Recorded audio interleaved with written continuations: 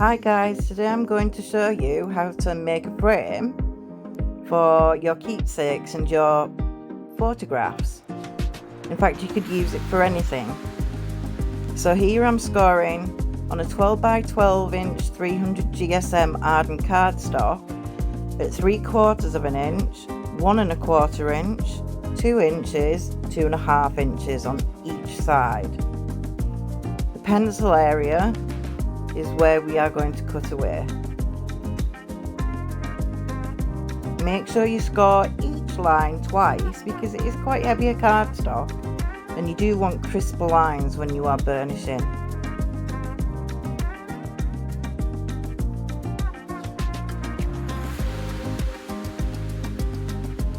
Now I'm going to score from the edge down to the second line at 3/4 of an inch on 2 opposing sides. This is a guide to cut at an angle from the third line to that score line, as you can see in the video.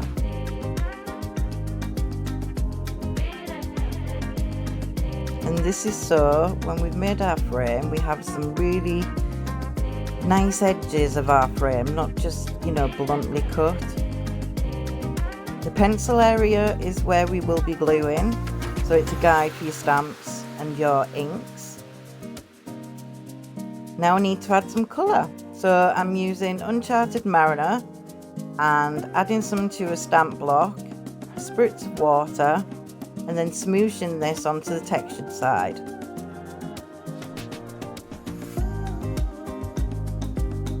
If for any reason you think it's too heavy, just blot some colour away.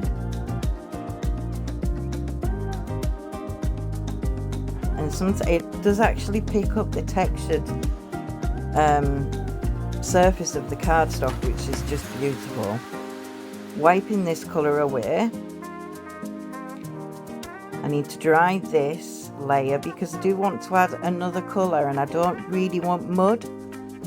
So as you can see, my heat tool is very well loved. Now I'm adding Rusty Hinge to the acrylic block, spritz, not as much colour, just like pick up hints and tones here and there.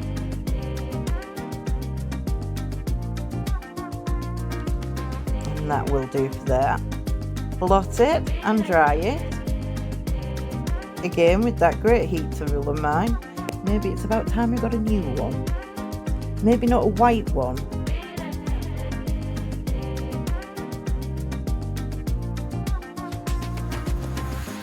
So now I'm using some small stamps from a couple of the stamp sets in the Bean There collection. Just using a map fragment, so just to add a bit of texture here and there. And for this you don't really need to be directional. It's completely up to you. But what I will say is that the sides with the angled cuts are going to be the top and the bottom of the frame. Now this doesn't matter unless you want to read the words correctly, or for instance numbers or a bike, which will be stamped on top of my map edges. The map edges are being stamped upside down at the top,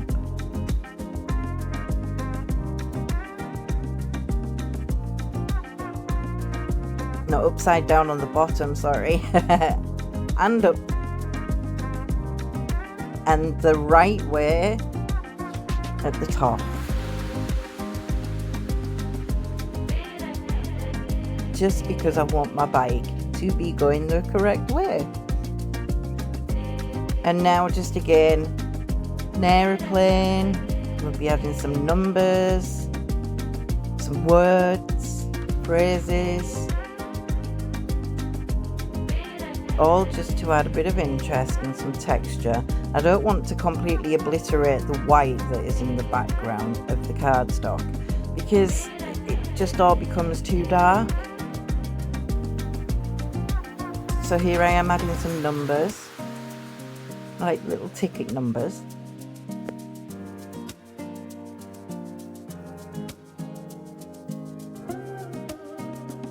and a few words.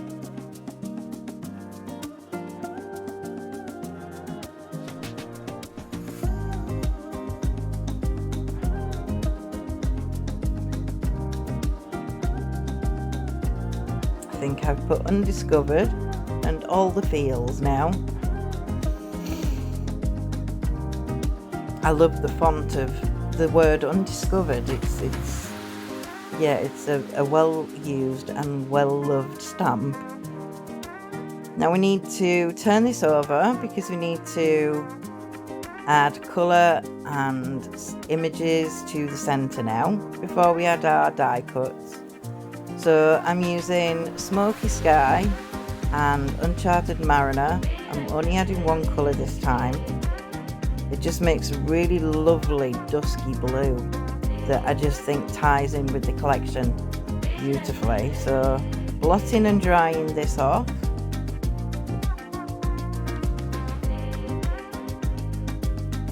Now I'm adding some of the Thorn stamps, which are just fabulous as well, especially for people that don't have a sewing machine. I do, but the stamps are obviously much quicker, more convenient, and they look realistic. Now I'm adding some transfers just so that they can peek from behind my elements that I will be putting on top. And the transfers are just amazing. So easy to just add a bit of interest. If something's missing, you feel it's not quite right, just add some transfers. And you'll probably find that you've hit the nail on the head with it. So now comes the scoring and folding and burnishing. So just getting these edges ready to be glued down.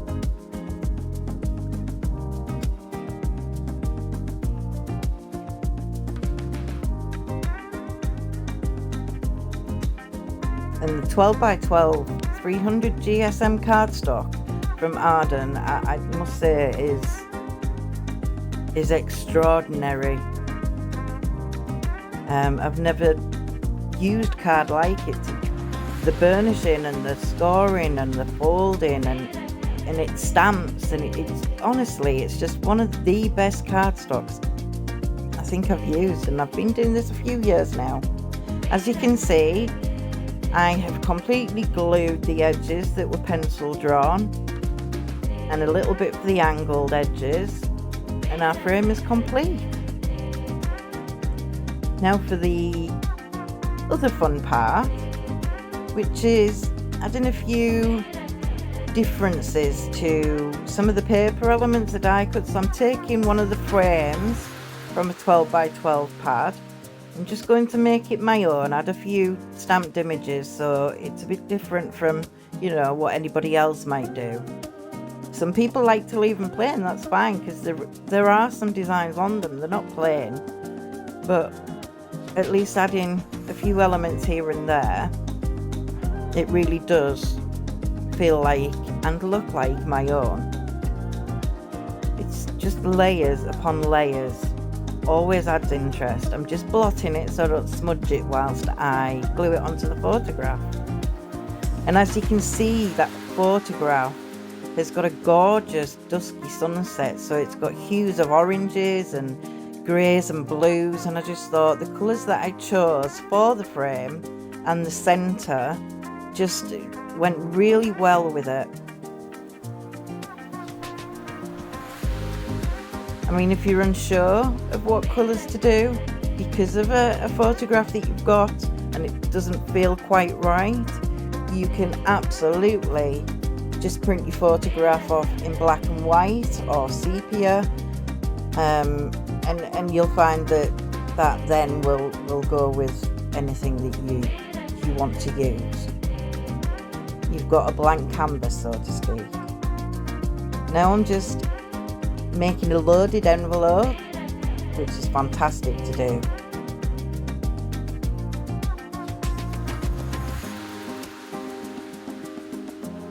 A lot of the elements you don't want to use them because they become your favourite, but you have to use them.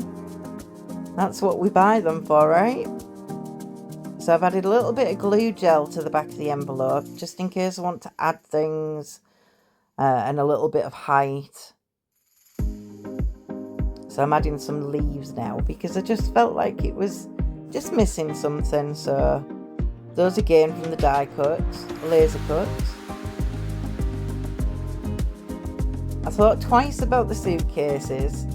I think they were just too big for my composition, so I added the globe instead.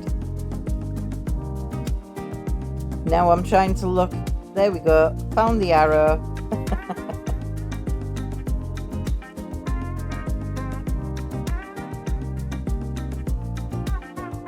And just before you commit, just play around with the kiss cuts and